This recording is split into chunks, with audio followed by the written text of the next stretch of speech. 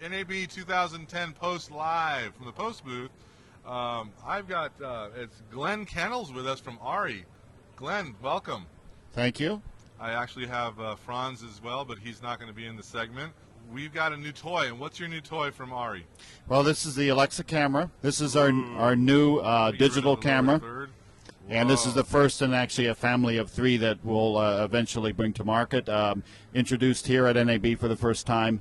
And this is a camera that we've taken the sensitivity to 800, so it's the fastest camera on the marketplace. We've also extended the dynamic range from the 12.5 stops that we had with a previous camera now to 13.5. So again, we feel that that is world class in terms of capability. And since we've been making film cameras for years, our approach to digital is to provide the tool set for digital cinematographers that allows them to do everything that they could do with film without compromise. The same creative flexibility, the same ruggedness, reliability, complete range of product and accessories.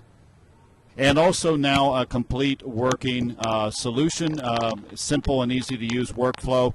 We announced just a few days ago that we've licensed the Prores Codec from Apple, and with using small, compact S/S cards, we can record Prores data directly in the camera, pull that card out of the camera, slide it into an Apple MacBook, and you're off and running with Final Cut editing.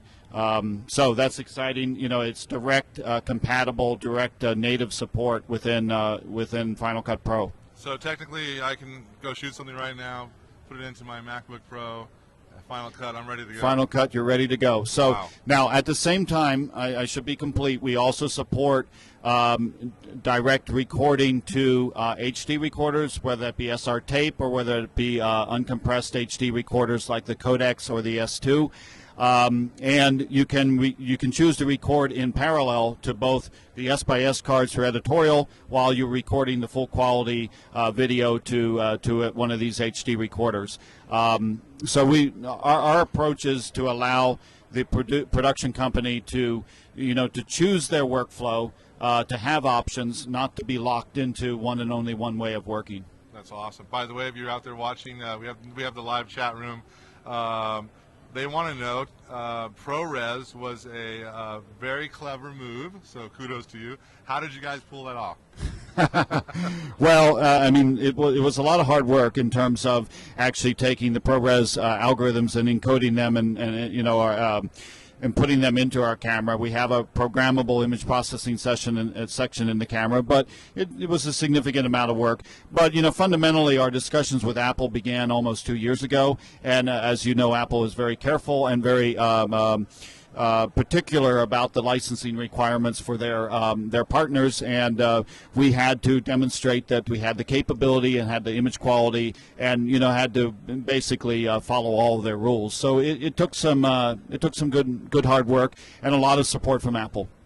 The chat room is also saying that Media Composer 5 supports ProRes as well. Yes, so, which makes it certainly very easy to address that broad part of the market that is still using the Avid editorial products, and obviously a very important customer base. So yes, it was fortuitous timing for us that Avid made that announcement just yesterday, I believe. Now it'll be interesting to see basically how this is embraced. ProRes HQ and ProRes 4x4 in particular are very high quality codecs. So I imagine that for television work, for independent filmmakers, that we'll see a lot of people shooting and going direct to editorial, finishing in Final Cut or finishing in Avid, and then delivering their programming from that. And it frankly is a very streamlined workflow. On the other hand, for feature films or maybe higher budget TV work, I think we'll see people using the streamlined path to editorial, but then going back and conforming from HD data or from the ARRI raw data. Let me also mention that just briefly. We still support the ARRI raw format, which basically is the full, uncompromised, uncompressed, full range directly off of our sensor. And by working with that, you get the ultimate then in quality and creative flexibility. So for feature film work in particular, that's our recommended highest quality finishing path.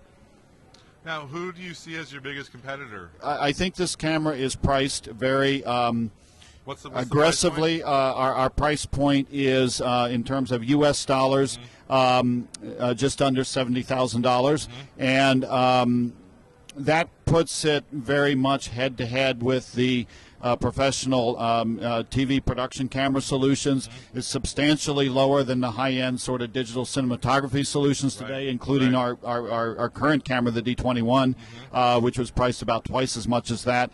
It's still more than the Red, and it's more than some of the the sort of emerging prosumer type formats. But we feel that it offers significantly more in terms of picture quality and in terms of workflow efficiencies than those platforms offer. We already are finding, quite frankly, very, very strong interest from TV production. You know, now that pilots are being completed and productions are being picked for the fall season, we have a lot of people talking to us now about procuring cameras early for the TV season. Excellent. You said you had some footage up on your website. Yes. So where do they go to check that out? ARRIdigital.com. So that's one word, ARRIdigital.com. And we have footage from some early productions, early production tests with the Alexa camera. Now, this is this an ARRI? This is an onboard monitor. This is your own. It's our own accessory, basically full HD display monitor, and that's another point I should make about this camera is we can directly monitor full HD quality. It's not 720p. It's not a lower quality. We, of course, with this camera also offer a very high-quality electronic viewfinder as well. Now, someone's asking us for the future, what about the sensor upgrade path?